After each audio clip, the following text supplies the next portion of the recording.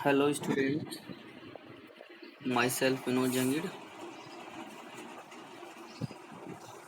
आज हम पढ़ेंगे ऑर्गेनिक केमिस्ट्री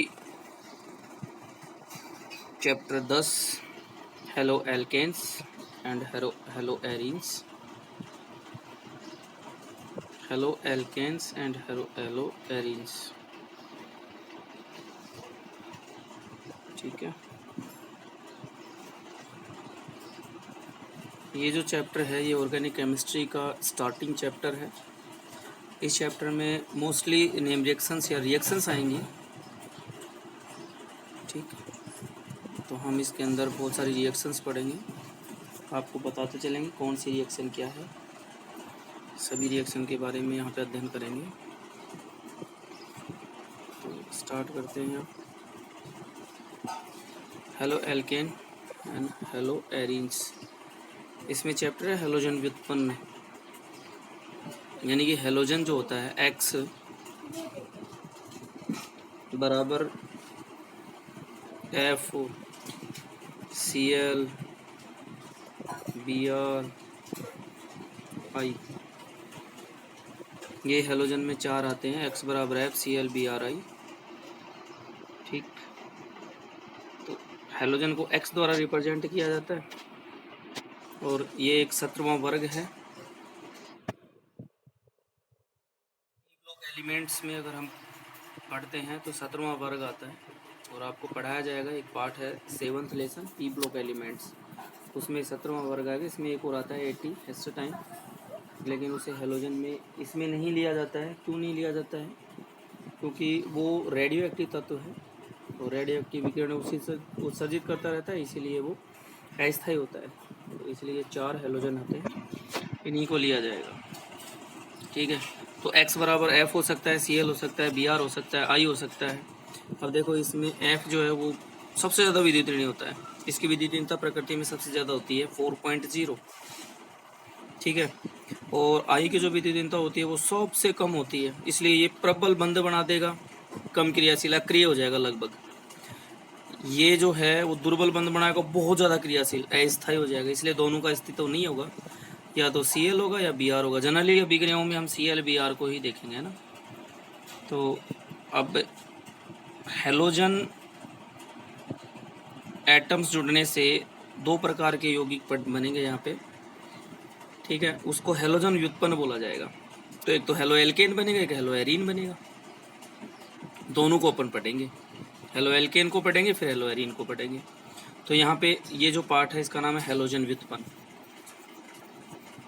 हेलोजन व्युत्पन्न क्या है भाई? कोई भी हाइड्रोकार्बन हो सकता है। हाइड्रोकार्बन का मतलब है कि या तो एलिफेटिक या एरोमेटिक, कोई सा भी हो सकता है। एरोमेटिक भी हो सकता है, जैसे बेंजीन, है ना। एलिफेटिक में तो बाकी एल्केन एल्केन वाली श्रेणी आ जाएगी।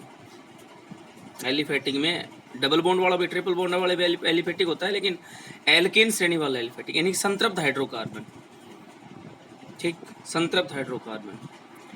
तो किसी भी हाइड्रोकार्बन के एक या एक से अधिक हाइड्रोजन परमाणु को यदि हेलोजन परमाणु द्वारा या हेलोजन समूह द्वारा प्रतिस्थापित किया जाता है, हटा दिया जाता है, ठीक है।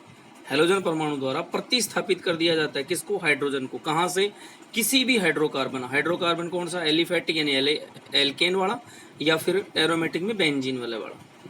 उसको अगर एक या एक से ज़्यादा हाइड्रोजन परमाणु को हेलोजन परमाणु द्वारा प्रतिस्थापित किया जाता है या हटाया जाता है, तो उससे जो प्राप्त यौगिक होगा वो हेलोजन व्युत्पन्न कहलाएंगे, ठीक। वो हेलोजन व्युत्पन्न कहलाएंगे और ये 2 होते हैं, मैंने अभी बताया था। एक तो हेलो एल्केन हो जाएगा, या इसको एल्किल हैलाइड भी बोलेंगे, और एक हो जाएगा हेलो एरीन, या इसे एरिल हैलाइड भी बोलेंगे, ठीक। ये तो ये हो गया। अब सबसे पहले जो टॉपिक हम लेके चलेंगे वो हम लेके चल रहे हैं हेलो एल्केन या फिर एल्किल हैलाइड वाला, ठीक है। तो हेलो एल्केन या एल्किल हैलाइड वाला ये टॉपिक लेके चलेंगे। तो ये जो है ये थोड़े अक्सर जो बारीक है भाई, इनको थोड़ा वो आप डार्क कर लेना, ठीक है। किसी को आवाज़ में थोड़ी दिक्कत आ रही है तो लीड लगा के सुनना और अच्छी सुनाई देगी। सबसे पहले हम पढ़ेंगे हेलो एल्केन या एल्किल हैलाइड। तो देखो अब हेलो एल्केन, एल्केन, एल्केन का मतलब सिंगल बॉन्ड कार्बन कार्बन के मध्य, अर्थात संतृप्त हाइड्रोकार्बन आ जाएगा। तो अब इसकी डेफिनेशन क्या देंगे, देखिए इसकी परिभाषा यानी कि इसमें 6 टॉपिक पढ़ेंगे अपन। सबसे पहले पढ़ेंगे परिचय, फिर पढ़ेंगे वर्गीकरण क्लासिफिकेशन, फिर पढ़ेंगे नामकरण नोमेनक्लेचर, फिर पढ़ेंगे बनाने की विधियाँ, फिर उसके बाद में पढ़ेंगे भौतिक गुणधर्म फिजिकल प्रॉपर्टीज, फिर उसके बाद में पढ़ेंगे रासायनिक गुणधर्म। तो ये 6 टॉपिक पढ़ेंगे अपन कंप्लीटली इन टॉपिकों के अंदर। जैसे हेलो एल्केन हो गए, इसके 6 टॉपिक पढ़ेंगे। सबसे पहले इसका इंट्रोडक्शन जो अभी पढ़ेंगे अपन परिभाषा, फिर इसके बाद में इसका वर्गीकरण जो क्लासिफिकेशन कितने भागों में कैसे कैसे बांटा गया इसको, फिर उसके बाद में नामकरण, नामकरण में IUPAC नामकरण सबसे इंपॉर्टेंट होगा, फिर इसके बाद में बनाने की विधियाँ ये है, ठीक, फिर भौतिक गुणधर्म, फिर रासायनिक गुणधर्म। तो इसमें सबसे पहले टॉपिक में इसका परिचय, हेलो एल्केन एम हेलो या एल्किल हैलाइड। तो किसी भी संतृप्त हाइड्रोकार्बन मतलब जिन कार्बन कार्बन के मध्य सिंगल बॉन्ड हो, किसी भी संतृप्त हाइड्रोकार्बन के एक या एक से अधिक हाइड्रोजन परमाणुओं को यदि हैलोजन परमाणु द्वारा प्रतिस्थापित किया जाता है, किसमें, संतृप्त हाइड्रोकार्बन के एक या एक से अधिक हाइड्रोजन परमाणु को यदि हैलोजन परमाणु द्वारा प्रतिस्थापित किया जाता है, तो प्राप्त यौगिक क्या कहलाएगा, हेलो एल्केन या फिर एल्किल हैलाइड कहलाएगा। ठीक, तो ये यौगिक हेलो एल्केन या एल्किल हैलाइड कहलाएंगे। इनका जो सामान्य सूत्र होता है ना, ये सामान्यतः ये होता है RX बोला जाता है भाई इनको, RX, R का मतलब एल्किल, X का मतलब हैलोजन, ठीक है, ये RX हो जाएगा। वैसे इस सूत्र में जैसे एल्केन का सूत्र नहीं होता CnH2n+2, एक H हटा करके X जोड़ दो, क्योंकि H हट करके X जुड़ेगा तभी तो RX बनेगा ये। तो CnH2n+X, CnH2n+1X, X एक एक्सिस के साथ जोड़ देंगे तो हेलो एल्केन हो जाएगा। ठीक है, यहाँ पे N क्या हो जाएगा, 1 2 3 4 नेचुरल नंबर होता है ना, N का मतलब होता है 1 2 3 जो भी नेचुरल नंबर होता है। X का मतलब पता ही है हेलोजन होता है, जैसे अभी बताया था मैंने FClBrI, ठीक। और यहाँ R का मतलब आपको पता ही है एल्किल समूह, R का मतलब होता है एल्किल समूह, यानी एल्किल समूह में कोई हो सकता है एक कार्बन वाला methyl, ethyl, propyl, butyl, pentyl, hexyl, heptyl, octyl, nonyl, decyl, जो भी है वो कोई भी हो सकता है, ठीक है। तो ये हो गया भाई हेलो एल्केन या फिर एल्किल हैलाइड का सामान्य परिचय। अब इसके बाद में हम पढ़ेंगे एल्किल हैलाइडों का वर्गीकरण। वर्गीकरण जो होता है वो इस प्रकार का होगा, निम्न प्रकार का होगा। सबसे पहला जो A प्रकार है वर्गीकरण में, कई प्रकार का होगा, इसमें A प्रकार है, पहला प्रकार है हैलोजन परमाणु की संख्या के आधार पर, यानी कि X जो कितना जुड़ा हुआ है एल्किल समूह से, X कितना जुड़ा हुआ है, 1 जुड़ा हुआ है, 2 जुड़ा हुआ है, 3 जुड़ा हुआ है, ज़्यादा जुड़े हुए हैं, 4 5 कितने जुड़े हुए हैं, ये सारे देखेंगे अपन, है ना। तो देखो एल्किल हैलाइडों के वर्गीकरण में पहले है हैलोजन परमाणु की संख्या के आधार पर, यानी कि X कितने जुड़े हुए हैं उसके आधार पर। तो इसके आधार पर ये जो है ना, ये निम्न प्रकार का होता है भाई, किसके आधार पर, X की संख्या के आधार पर कितने जुड़े होंगे उसके आधार पर। तो सबसे पहले मोनो, मोनो का मतलब होता है एक, तो mono halo alkene, mono halo alkene, यानी मोनो का मतलब एक, हेलोजन में हेलोजन परमाणु HClBrI में एक हेलोजन परमाणु, तो वे एल्किल हैलाइड जिनमें क्या हो केवल एक ही हेलोजन परमाणु, उसको मोनो एल्किल हैलाइड या मोनो हेलो एल्केन कहेंगे, ठीक है।